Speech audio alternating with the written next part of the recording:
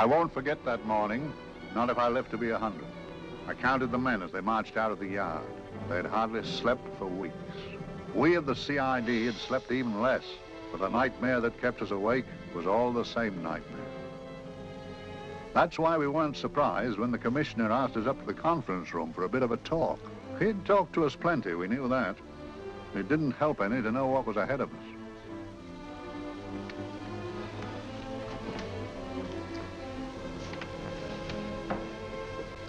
Must we have that window open, Gregson? Oh, shut it if you want to. Chief will be in enough of a temper without having a ruddy blast down the back of his neck.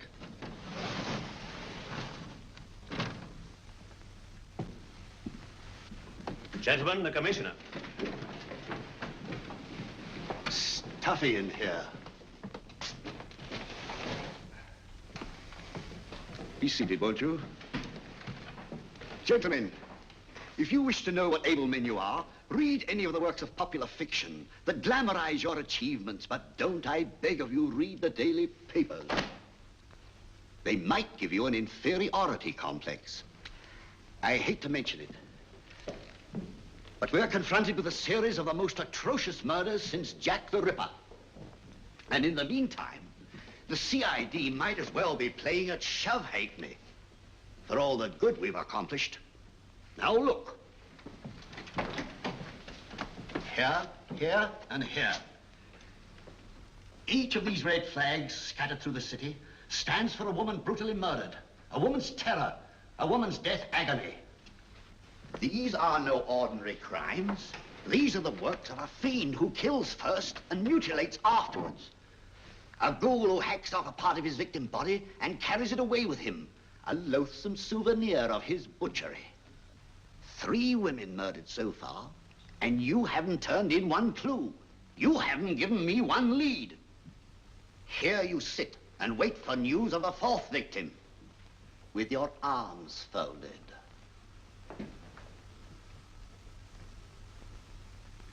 Well, we hadn't long to wait. It was down Lambeth Way where a young woman was hurrying home late last night. She saw something and stopped. It was a constable. He spoke to her and he walked along with her, just in case. He saw her go down the stairway to the basement lodging where she lived. We can only surmise what happened after that.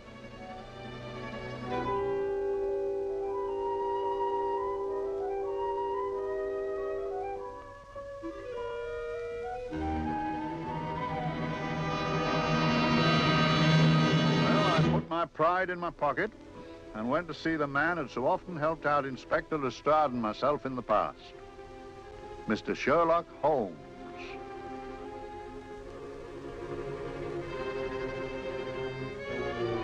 If ever a man needed help, I did.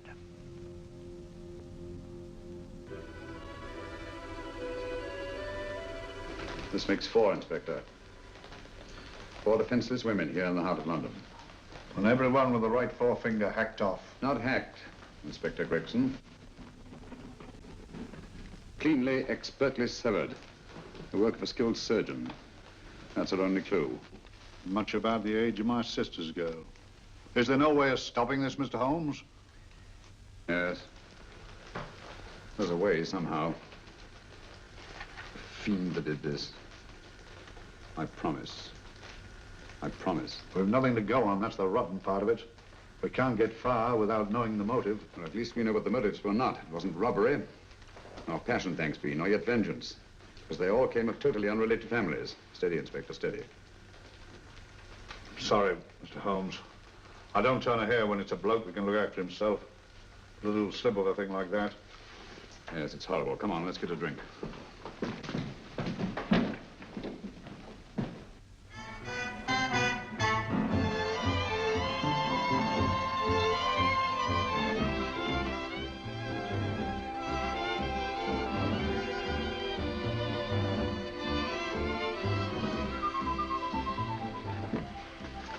Good evening, Mr. Holmes. Good evening, Vincent. Whiskey and soda, please, and a double for my friend here, Inspector Gregson.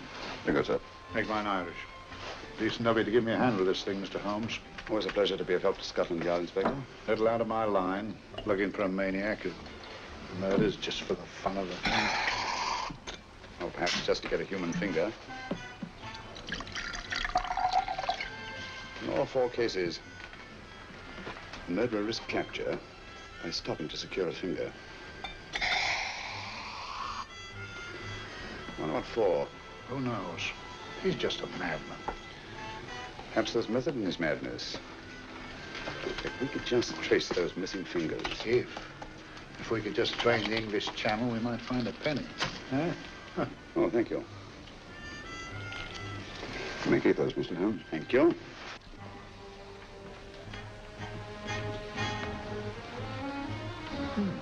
Sir George Fenwick, isn't it?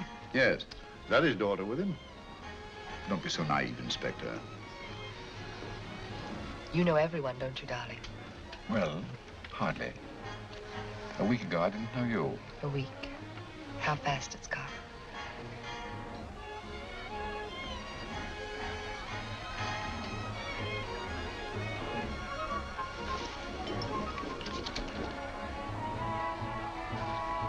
I collect these things. How very quaint of you. Shall we go? Yes.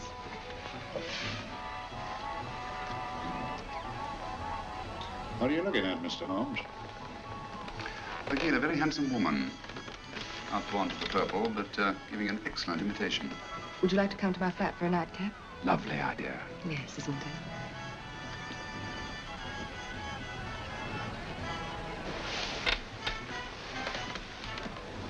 Wonder where she's taking Sir George Fenwick. Don't be so naive, Mr. Holmes.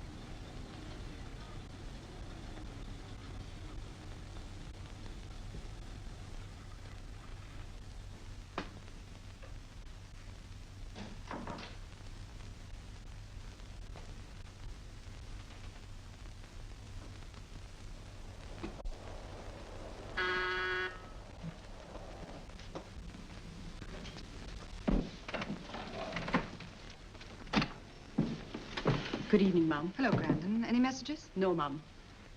Thank you. Drinks, Grandon. One of your nice surprises. Yes, Mum. I say, you don't mean that, Grandon's a marvel, aren't you, Grandon?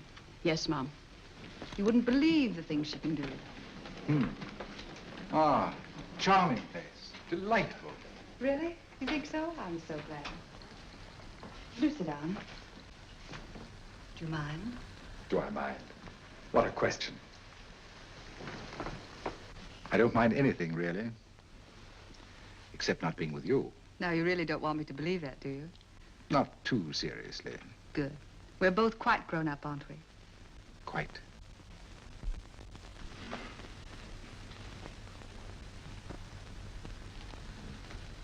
You're a treasure, Grandon.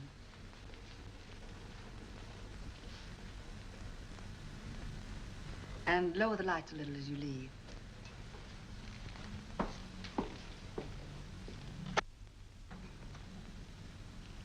I prefer a more flattering light. In any light, you'd be... Would I? And don't you know it? Perhaps I do.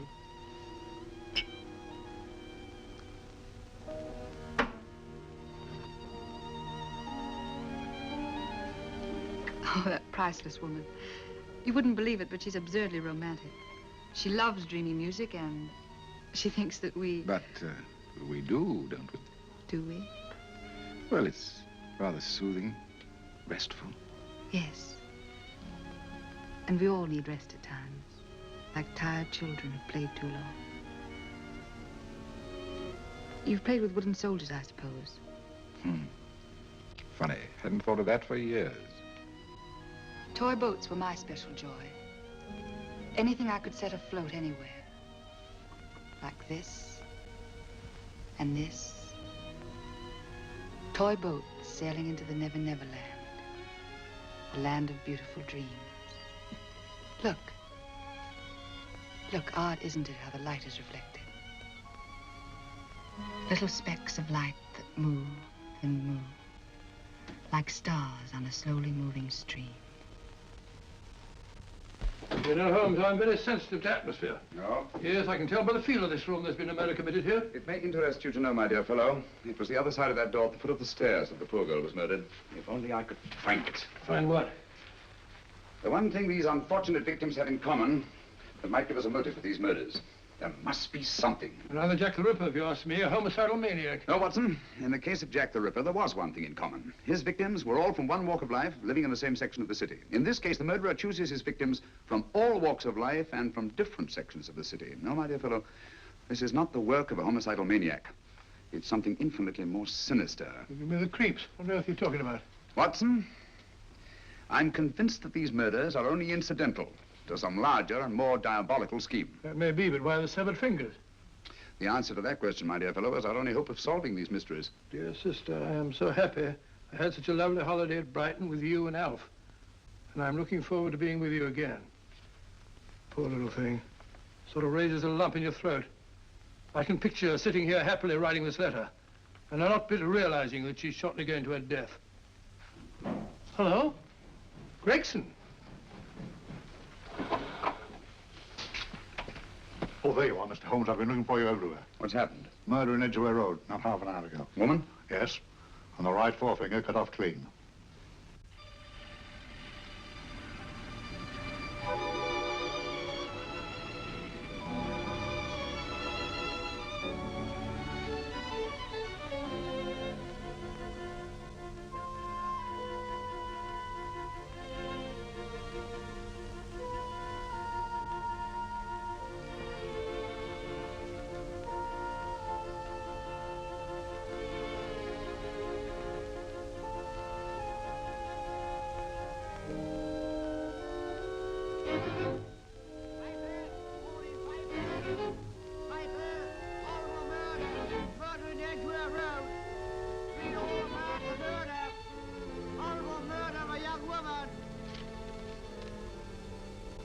Piper! Horrible murder, Piper! All about the murder! Morning, Piper!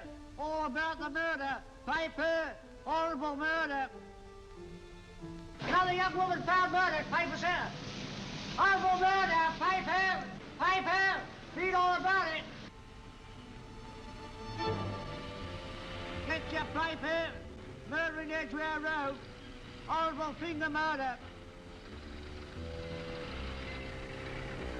Shocking murder! Murder in Edgware Road! Horrible murder of a young woman! Read all about the murder!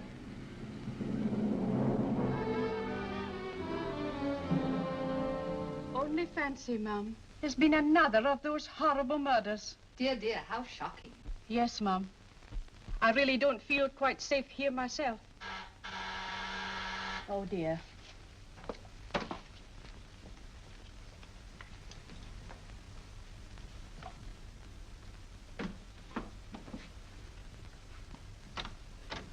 Why, Sir George! I must see Miss Marlowe at once. I don't know if she... I must see her. Where is she? Lydia. Why, Sir George, what is it? What happened? I don't know. You'll have to help me. You've got to help me. But I don't understand. Listen, I woke up a few minutes ago in a cheap boarding house off Edgware Road. I don't know how I came there. I don't know when. The last thing I remember is being here with you. Calm yourself, Sir George. When did I leave here? Well, it was about, It was 10:45, Mum. Precisely. You seemed, forgive me, just a little distressed. Detached, not interested. I thought I'd said something to offend you. I don't remember.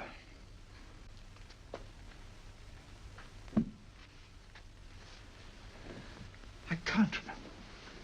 Tell me, has this happened to you before? Before? Well, there is such a thing as amnesia, you know. If it was 10:45 when I left you, it was 9 this morning when I woke. Over 10 hours lost. 10 hours that I can't account for. And in my pocket, when I woke, I found... Yeah, in my pocket.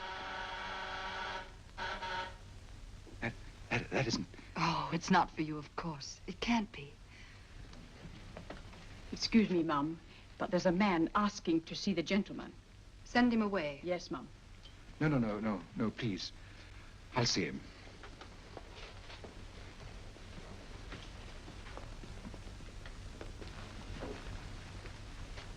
Well? Delightful room. Not much like the place you woke up in this morning. You followed me here? Yes. Are you a detective? Oh, no. Quite the contrary. Don't be afraid, Sir George. You know my name? Oh, yes. A very old and highly honored name. And being the bearer of such a name, and also a very wealthy man, I thought you might care to possess yourself of this trifle. Rather than let it fall into the hands of the police. It is yours, if I'm not mistaken. The initials, GF. Where did you get this? It came out of your pocket. I saw it fall, but you never noticed.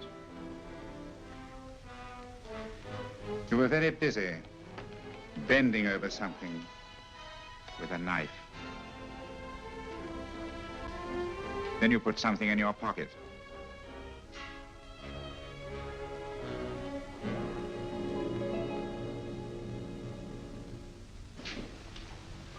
Come along, Holmes, come along, come along. How many more times must I tell you? You're missing a treat. This is delicious. Little jam tarts to follow. Aren't you tempted? You and your flesh pots. They tell me that fish is good for the brains. Brains haven't any. You realize that a whole day and a night have gone by since that bestial affair in Edgware Road?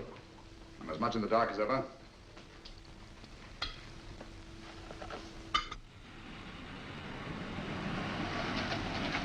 Hello, here comes a client, unless I'm very much mistaken.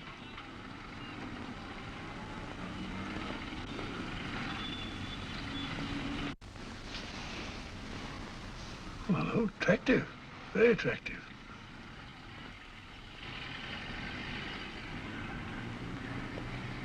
Obviously, she left home under the stress of some very great emotion. How do you know that? She isn't wearing any gloves. A startling omission in a young lady of fashion. Oh, she didn't put her coat on. Open car, too.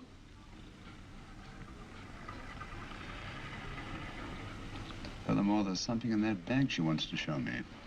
What makes you say that? The bag doesn't match her dress, indicating it was picked for size rather than style, to accommodate some bulky object. You amaze me, Holmes. What I meant, my dear fellow.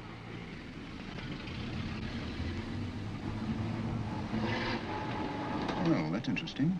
What is? That cab, turning at the empty house. I wonder why he followed her here. Oh, wouldn't you? Quite possibly with glasses.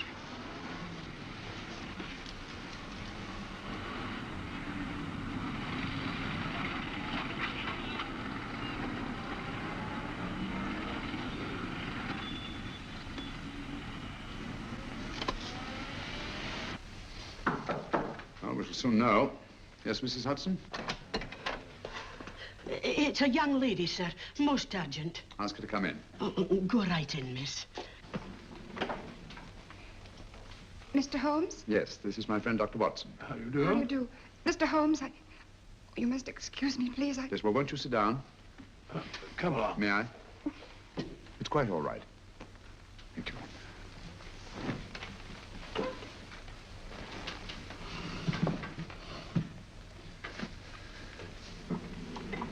Now, try to control yourself, Miss Merrick. You're with friends. You know my name? No magic, I assure you. I've often seen your picture. You're the daughter of Sir George Merrick, aren't you? Yes. It's about my father that What about your father, Miss Fenwick? Oh, I don't know what to do. He's always been the nicest, dearest person. Only since Mother died. Yes, we do. We know. So I didn't think anything of it when he was away all night before last. But he didn't come home until yesterday at tea time. Didn't come in for dinner at all. Just paced up and down in the library hour after hour. I begged him to let me in, but he wouldn't. Steady, steady. Now take your time. I couldn't sleep a wink last night. Then I started hearing things. Hearing things? What sort of things? I heard someone in the garden underneath my window. Then I saw a figure moving down the garden path. And I recognized my father, stealing through his own garden like a thief.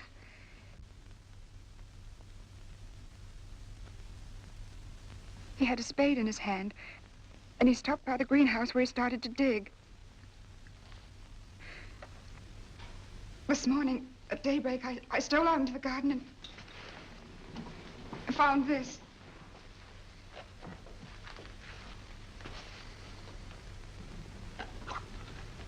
A finger. A human finger. Bring up Scotland Yard, will you, Watson? Ask them to get hold of Inspector Gregson and tell him to meet us at once at George Finnick's house, Kingston. Operator, get me Scotland Yard quick. Where's my father, Norris? He's still in the library, miss. Thank you. We'll see him right away. Will you come with me, please? Thank you. I got your message, Mr. Holmes. Yes, indeed. Dad, may I come in? Dad. It's funny. He doesn't answer. Do you mind? Please do. Thank you.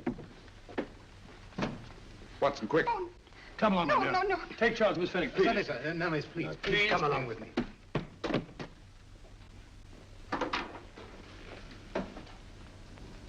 Dead? Yes. What do you make of it, Doctor? Shot in the back between the second and third ribs. The bullet undoubtedly had penetrated the heart. Look at the powder marks on his coat. I was afraid of this. What do you mean? Don't you remember the man in the cab who followed Miss Finnick to Baker Street? Well, you don't think he had anything to do with it, do I you? think it's reasonable to assume that he tipped off someone that I'd been sent for. Sir George has obviously been murdered to keep him from telling me what he knew. What was the weapon used? Small caliber revolver, point blank range by the look of the wound. The murderer came in through those French windows. The mud from the garden he brought in on his boots. Sir George must have surprised the intruder. Passed the room to him here. What follows, we can't tell. But from the location of the wound, I'd say that he turned his back for a moment, and as he turned, the muzzle of the revolver was placed between his ribs and one muffled shot fired. And you mean to say he kept on going, even after he was shot? There's no doubt about it. Look there. The trail of blood leads us back to the desk. Something Sir George was after. Something. I know. He was trying to summon help, Poacher. I don't think so, Watson. There's the bell pulled by the fireplace. No, you'll notice from the trail of blood that Sir George made straight for this desk here. I wonder, there was something he was desperately anxious to get. Hello. His right hand's clenched. That's perfectly natural. Death agony. The left hand lies open. Why only one hand clenched in the death agony? The right hand, the hand nearest the desk. Please note that. If Sir George took something off this desk, something so important that he spilled his last drop of blood to get it, I want to know what it is.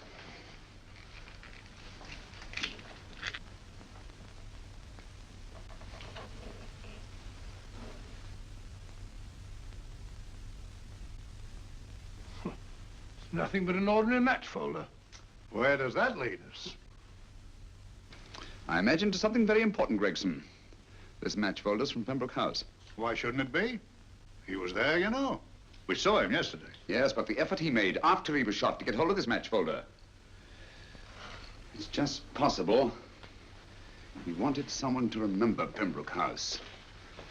He may have wished to recall it to someone who saw him there. Someone who, like ourselves, saw him with a woman.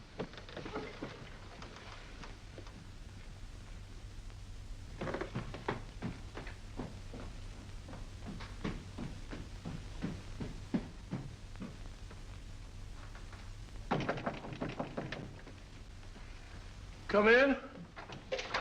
Oh, Dr. Watson, this came by hand for Mr. Holmes, not 10 minutes ago. Thank you, Mrs. Elson. That would be the report from Mr. George's bank. Report from Sir George. Oh, really? Don't you remember his daughter told us that he'd just closed his account? Had it looked into at once.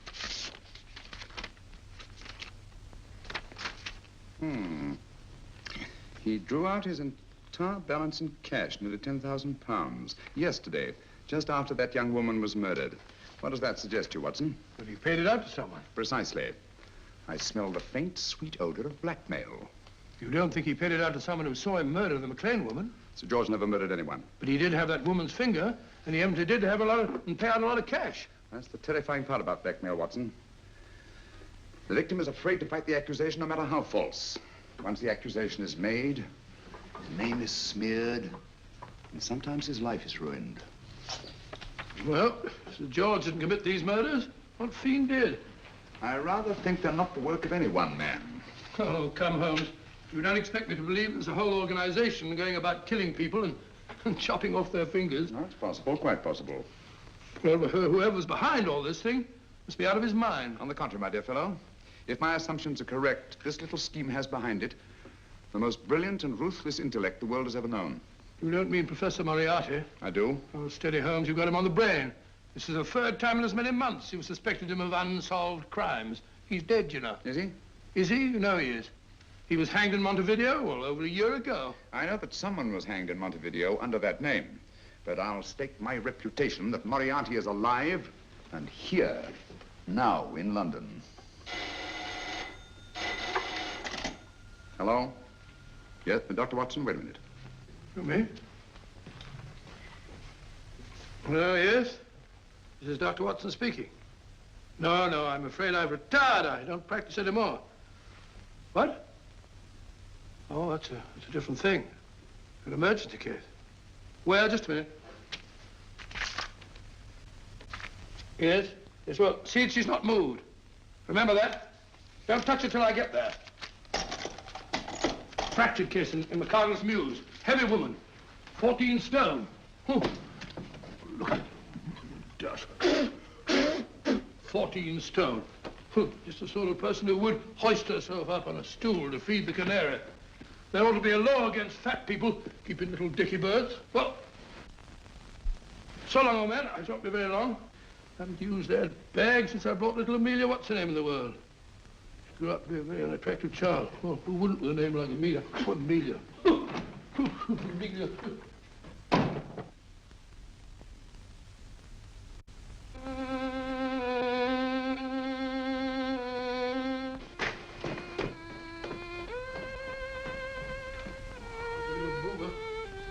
People so stupid about accidents.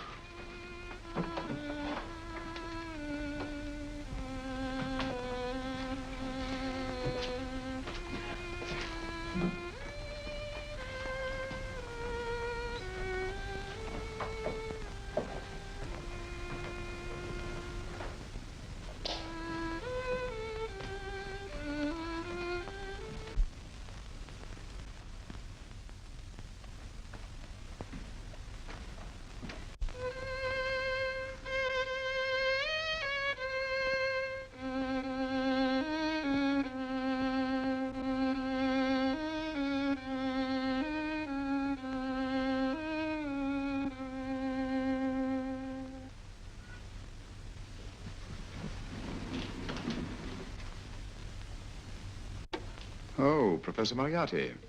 Not that I wish to appear inquisitive, but to what am I indebted for the pleasure of this visit? Scotland Yard will be interested. It's very convenient for me to have Scotland Yard think that I'm still dead in Montevideo. I never dreamed of fooling you. Thank you. The thought occurs to me, Mr. Holmes, that there are some advantages in living within the law. You're very comfortably fixed here, aren't you? As I get on in life, the little comforts appeal to me more and more. Oh, I beg your pardon. Won't you sit down? Thank you.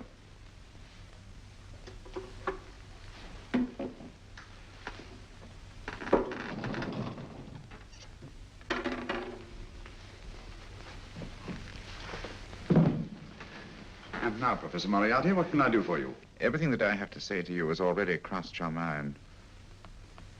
And my answer has no doubt crossed yours. That's final? What do you think?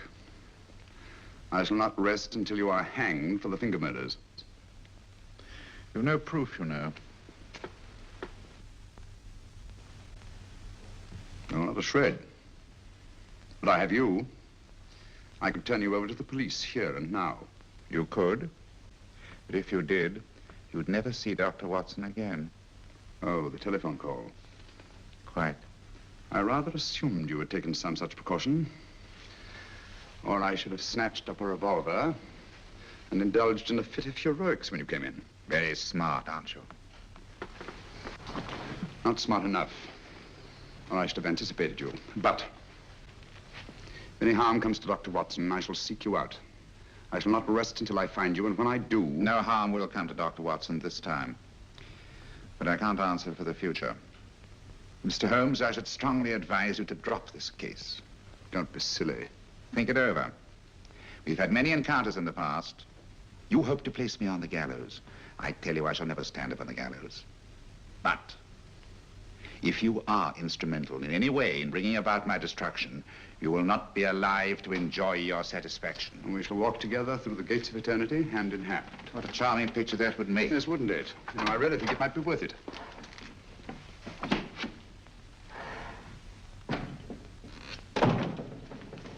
Shoelaces, Governor? Tons a pair. And strong enough to hang yourself. How many more times must I tell you I don't want your filthy shoelaces or your company? Shoelaces, Governor? Blasted impertinence. Run along, my good man, or I'll give you in charge. Shoelaces, Governor? Shoelaces, Governor? Help a poor bloke. What's only got one arm? Any luck with Mr. Holmes? You can read his obituary in tomorrow's papers.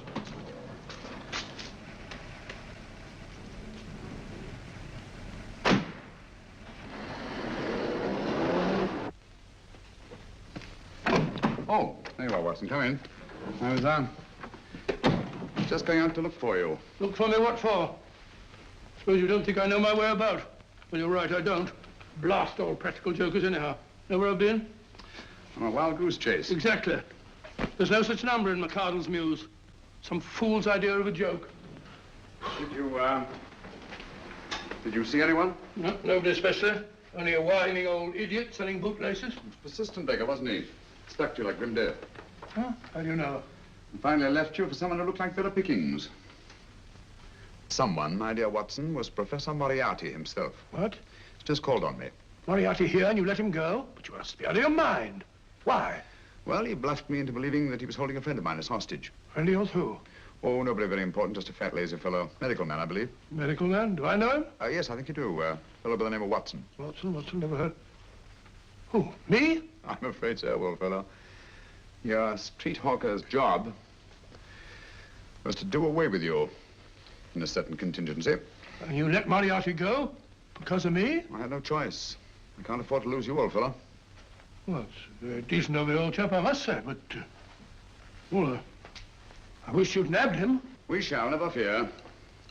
I know the motive for the finger murders. All I have to find out now is the method used with the blackmail victims. Method? Yes. How does Moriarty get them to the scene of the crime? How does he plant those severed fingers on them? And how does he scare them into believing that they may have committed those atrocious murders themselves? Curious.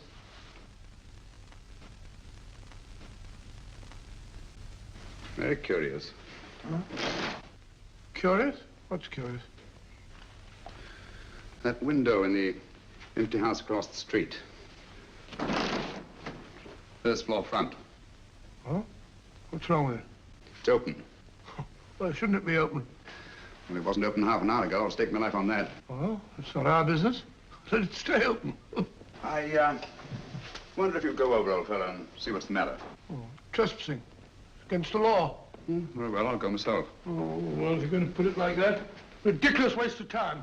Going about shutting windows at this hour of the night. Yeah, you better take this torch. Well, take what? Dignified job for a doctor. Dr. Watson, the torchbearer. And what do you propose to do? Sit in a comfortable chair, I suppose, and read a good book? That's a very good idea. Yes, very good idea. While I play night watchman, you have a nice read. Mm-hmm. Good night. Have a good time. Have a good time? What do you mean, have a good time?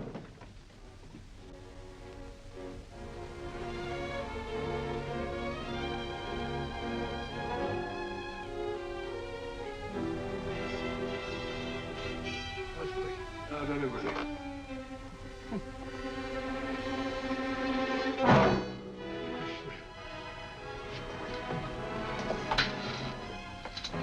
What on earth is for? Oh, umbrella stand. Pretty little thing to keep about the house. Must have been a pet.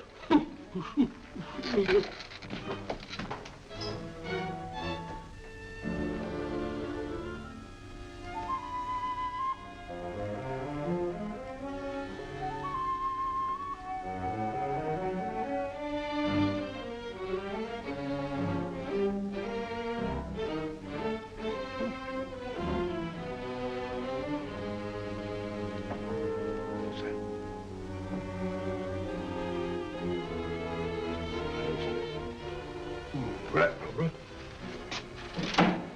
This was the door.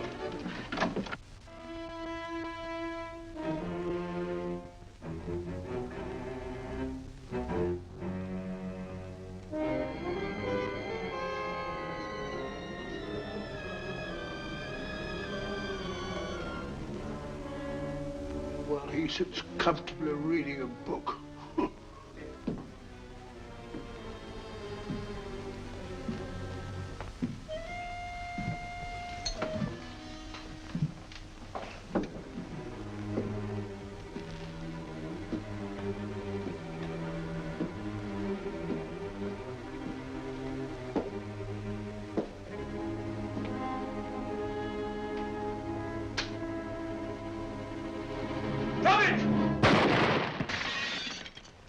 He killed Holmes! He killed Sherlock! Watson. You? But I saw him shoot you a second ago. Not me, my dear fellow. Merely the bust of Julius Caesar. Incidentally, you may have noticed that all through the ages, prominent men have prominent noses. Oh, I'm afraid we're in for terrible trouble again with Mrs. Hudson. Windows smashed, plaster all over the floor. Get up, you. Corporal Williams, Middlesex Regiment. Discharged from the army as physically unfit. Papers seem in order. Now, Corporal Williams, you've seen service in the Far East, haven't you? The East? I thought so. Look at his complexion, Watson. Yellow as saffron. He's been taking Atabrine. Cure for malaria. Sniper, aren't you? Sniper? Why did you try to kill me? I had to kill him. I had to. Oh, snap out of it. Stop it, Watson. He's shamming. No, he isn't. Who told you to kill me? She told me. She told you? She told me I couldn't miss. Well, luckily you did miss, you murderer. He isn't a murderer, Watson. Listen, Corporal Williams. She told you you had to do it, didn't she? I had to do it. I've got it, Watson, I've got it. Got what? The method used in the finger murders. Well, what is it? Hypnotism, my dear fellow, hypnotism. And it wasn't against his nature, that's the devilish part of it. They picked a man for their purpose whose job was sniping. Who are they? Professor Moriarty and his finger murderers. Williams spoke of a woman. I think you'll find that she asked him home tonight for a drink. Nice quiet rooms, soft lights, music. You've got it all pat, Mr. Holmes. What's the lady look like? Oh, up 30, nice figure, blonde, lustrous eyes. Oh, really? Got a phone number? Oh, so? Williams will give us her address. Look after him, Gregson. Don't let anyone come near him. He's our key witness in the finger murders. Well, I hope you're guessing right, Mr. Holmes. Get up, Williams. Now, go with Inspector Gregson anywhere he tells you. Come on. Yeah. Ring me as soon as he comes to himself, will you? I will. Good night, gentlemen. Good night. Well, if you believe that fellow Williams was hypnotized, I suppose you think Sir George Fenwick was hypnotized too. Yes, I'm quite sure of it. Have a cup of tea? Thanks, old boy. Nothing to eat. But why didn't these people make Sir George do the murder himself? Because they didn't want to get him hanged. They wanted to blackmail him. Well, who do you think the actual murderer is? One of Moriarty's gang. A diabolically simple technique. Kill a woman. Yes, but why cut off the fingers? My dear fellow, don't you understand? The severed finger is what links the blackmail victim to the murder. He wakes, finds the grisly thing in his pocket. He doesn't know how it got there. He's no idea that he's been hypnotized. For all he knows, he may have committed the atrocious crime during some dreadful lapse of sanity. In that state, when he's utterly demoralized, the blackmailers take over. Is that it? Undoubtedly. You see, they swear that they saw him commit the murder. And being human, the victim will pay anything rather than stand trial on a charge that will make his very name loathsome. Oh, it all fits in if you believe in hypnotism. Yeah. The only possible explanation. You think the hypnotist is that woman with the blonde hair and the lustrous eyes, the woman you invented? I didn't invent her. I saw her. What on earth are you talking about? That woman, my dear Watson, was with Sir George when he left Pembroke House. I saw her there. I shall see her again, and Williams will lead me to her. That's why it's so important to keep him safe. He will identify her.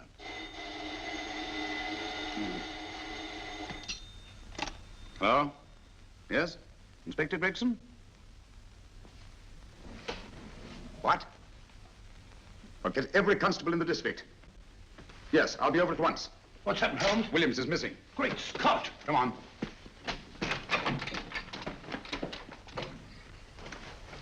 Lorry crashed into Gregson's car. During the confusion, Williams disappeared.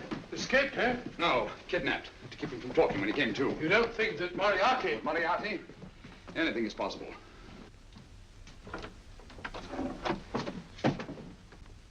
Williams! Dead. You see, anything is possible.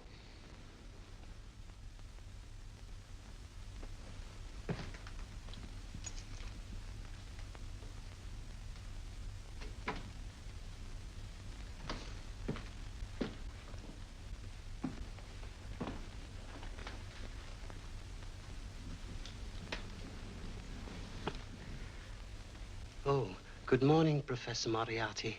You startled me. I'm dressing another dolly, a dear little nurse.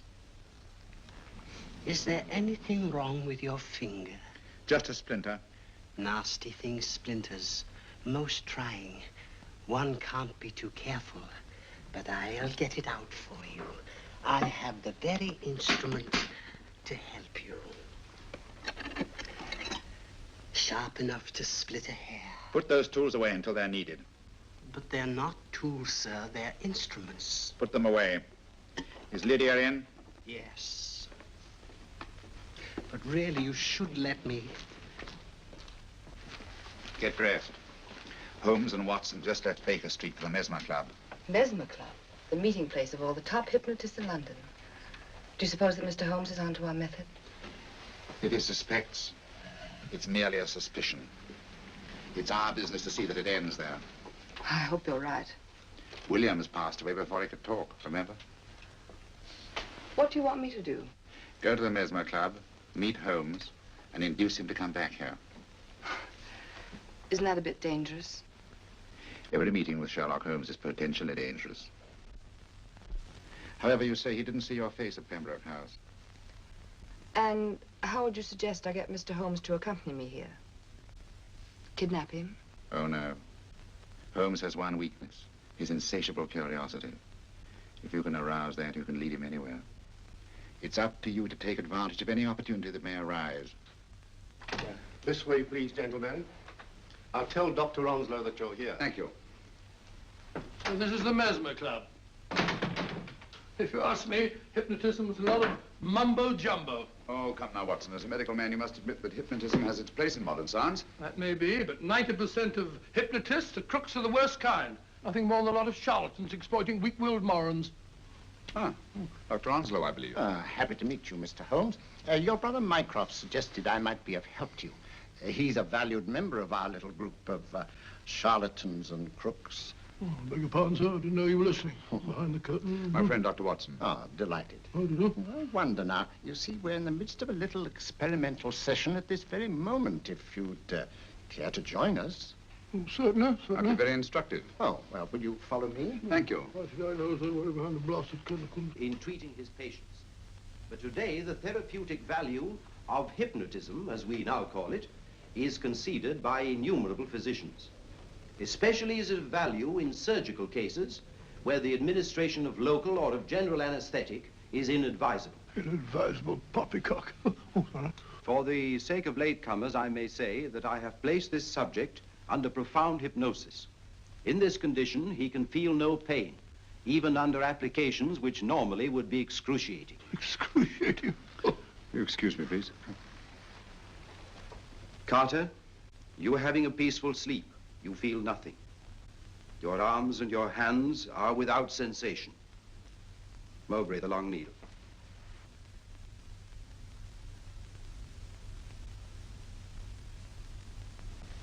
Carter, give me your right hand.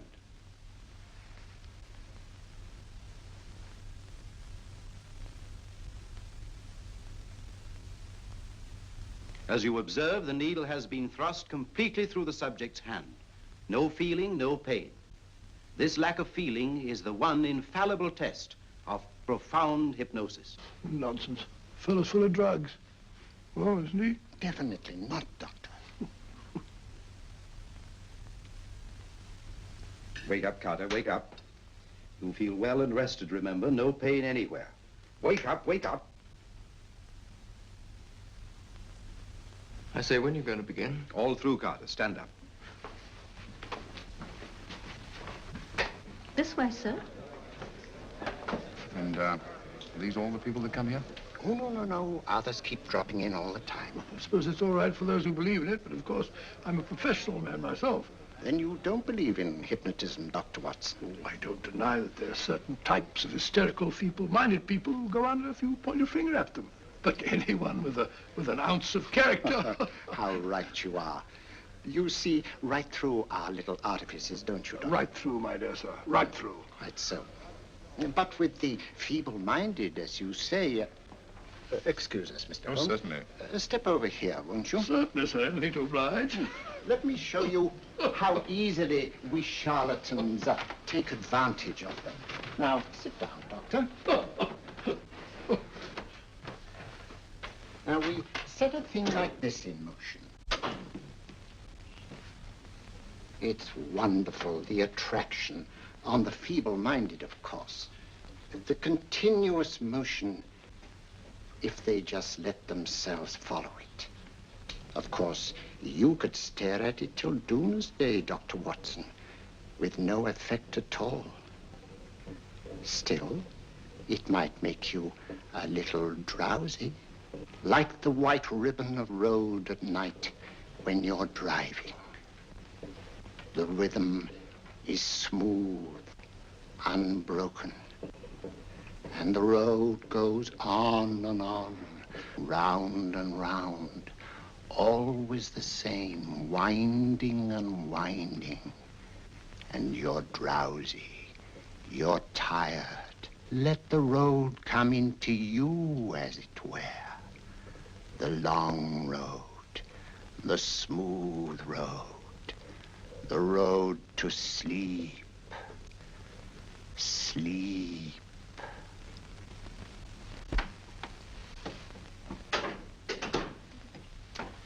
Open your eyes. Stand up. Turn around. And now, Dr. Watson, you're on a holiday in Scotland. The country is amazingly beautiful. We're coming to a stream. It isn't deep. Better take your shoes and socks off.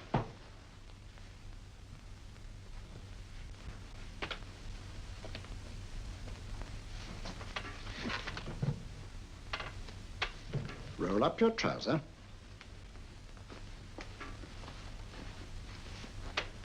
That will do. The other leg is waterproof. Turn around. Mind the pedals.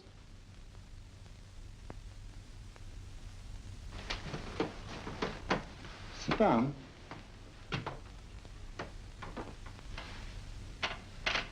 Wake up now.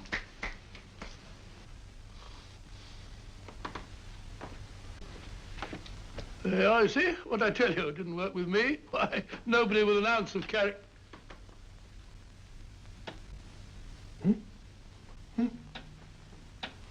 I think you'll need these.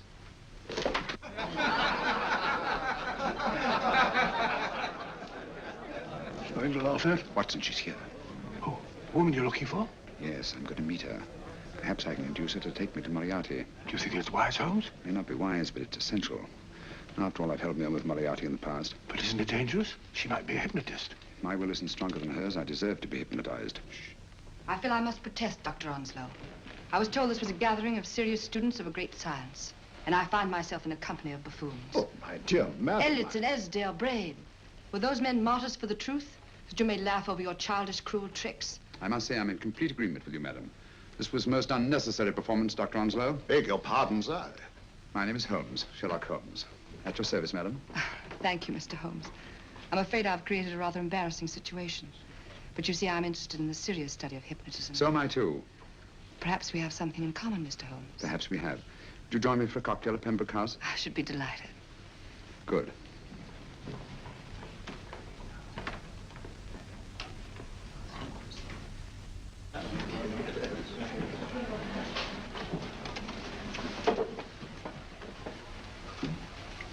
Thank you. I didn't know there was such a pleasant place in London. It was so nice of you to suggest our coming here. I thought a little pick-me-up would do us good. You mean you thought I looked... I like the way you look. Thank you. I suppose I did lose my head a little at the Mesmer Club. But you see, hypnotism is almost a religion with me. I know so well what it can do to help, heal. And I can't bear to see it used for trivial purposes. I know very little about it. That's why I went to the Mesmer Club. You see, I'm rather puzzled just now with the case that I'm working on. How fascinating. Tell me about it. It's the murder of Sir George Fenwick. Fenwick? Who's he? Quite a well-known figure. Odd now I come to think of it. Last time I saw Sir George was here at Pembroke House. Strange. Yes, isn't it? He was sitting, I believe he was sitting at this very table. Cigarette? Thanks. Do go on. There was a charming lady with him. He was lighting a cigarette.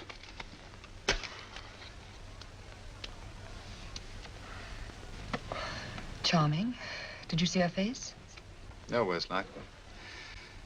Merely her back. How unenterprising of you. Yes, wasn't it? Afraid I'm getting a little older. I shouldn't say so. That's nice of you. Still, the first time in my life I've got hold of a case that's beyond me. I'm actually losing sleep over it. You know, Mr. Holmes, I believe I could help you. Really? I should be very grateful. You're amused. Oh, merely skeptical. How would you go about it? I've used hypnotism more than once in healing. Not for profit. I'm not a professional. But I do think I could help you. If you'd care to... I can't think of a pleasanter experience.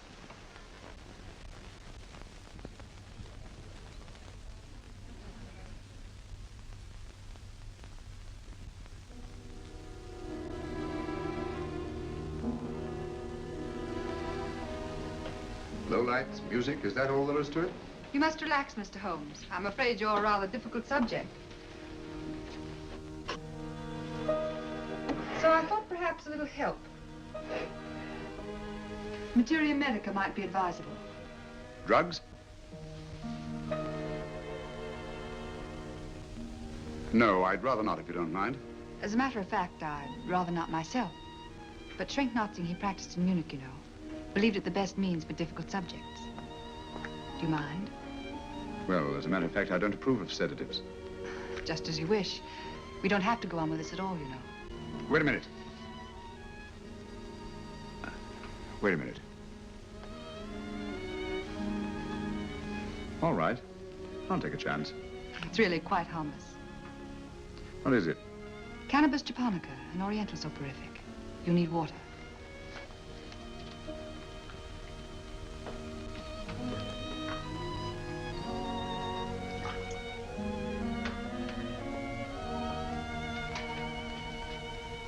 Thank you. Now sit down, Mr. Holmes. Do you feel yourself growing drowsy? Don't fight it. Give in to it. Because you do want to sleep, you know. Just fix your eyes on this one white flower floating on the water. Empty your mind of every other thought. Follow the motion of the water. So smooth, not a ripple. Waters of forgetfulness. Steady, deep, strong. Strange, isn't it? How the light is reflected. Little specks of light that move and move.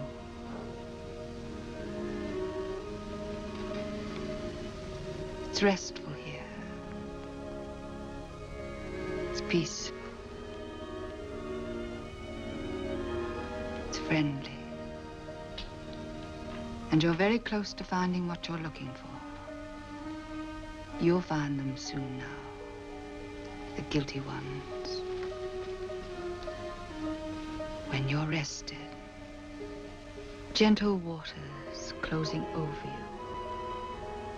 Steady, deep, strong, drawing you down, down, down.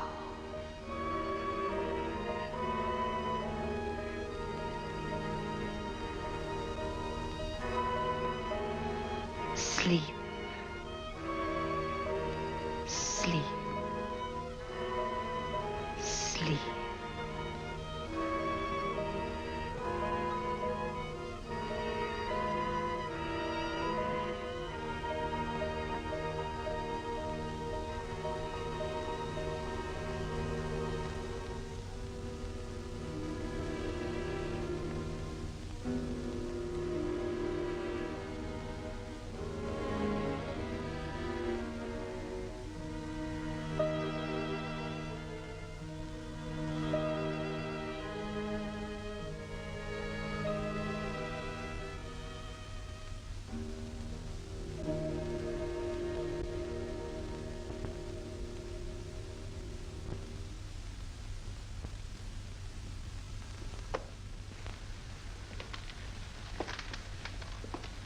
Here he is, Professor Moriarty. Stand up, Mr. Holmes.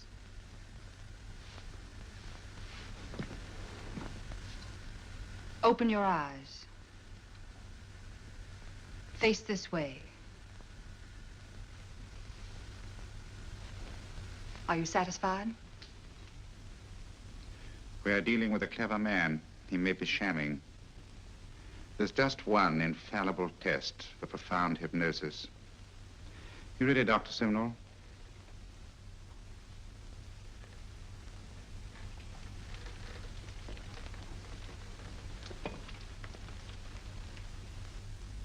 That will do, Doctor. He couldn't fake insensibility to the knife. I congratulate you, Lydia. Turn round, Mr. Holmes. Now walk to the desk.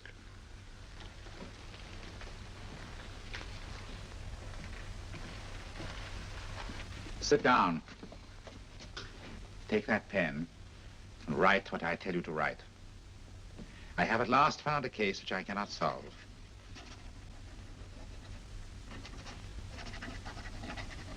I have outlived my usefulness. Therefore, I have decided to end my life.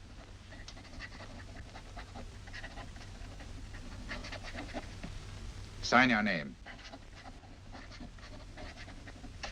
Now blot it.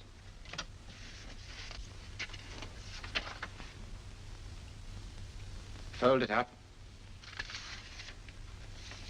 and put it in your pocket. Come, Mr. Sherlock Holmes. Go out onto the terrace. But it won't look like suicide, sir. I'm sorry, but Mr. Holmes' injuries must all be self-inflicted. Let's walk a little, Mr. Holmes. It's so pleasant here in the garden. Just step up here onto the terrace. It's a nice, broad terrace.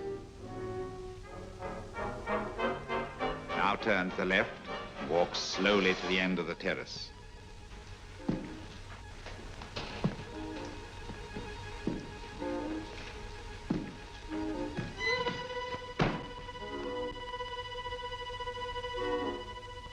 Don't stop. You must walk to the end, you know.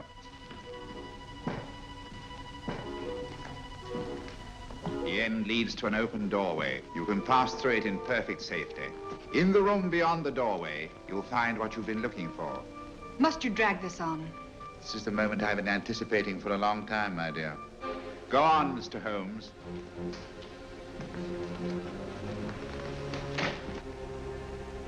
Through the open doorway, you will find the man responsible for the finger murders and the death of Sir George Fenning. Professor Moriarty. Holmes! Stand still. What a beautiful view, Watson. I'm quite enjoying it. No, you're not. You're hypnotized. You're under a spell. Stand still. Don't move. Steady, Holmes. Steady does it. Stand perfectly still where you are. Nonsense, Watson. You don't know what you're doing. Of course I know what I'm doing. You mean you're not hypnotized? Certainly not. Then get off the wall, you idiot. Oh, look out! Holmes!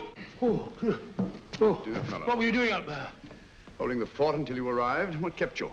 Well, I ran into a spot of trouble on my way to Scotland Yard. I was arrested for exceeding the speed limit. Your luck seems to hold, Mr. Holmes.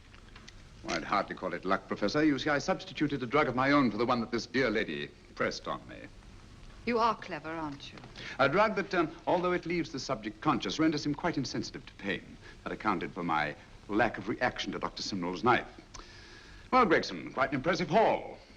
Even Inspector Lestrade himself couldn't have done any better. Thanks, Mr. Holmes. Take him away. All right, put her in the van. I was right, Mr. Holmes. You are a difficult subject. Thank you. And now, Professor, our score is settled. Au revoir until I see you on the gallows. The rope has not been made that'll go around my neck. Come on.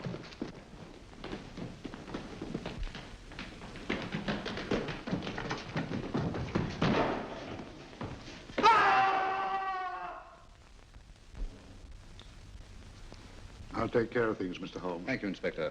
Come on. An evil man, Holmes, but what a horrible death. Better than he deserved. What are you thinking of? I'm thinking of all the women who can come and go in safety in the streets of London tonight. Stars keep watch in the heavens. And in our own little way, we too, old friend, are privileged to watch over our city.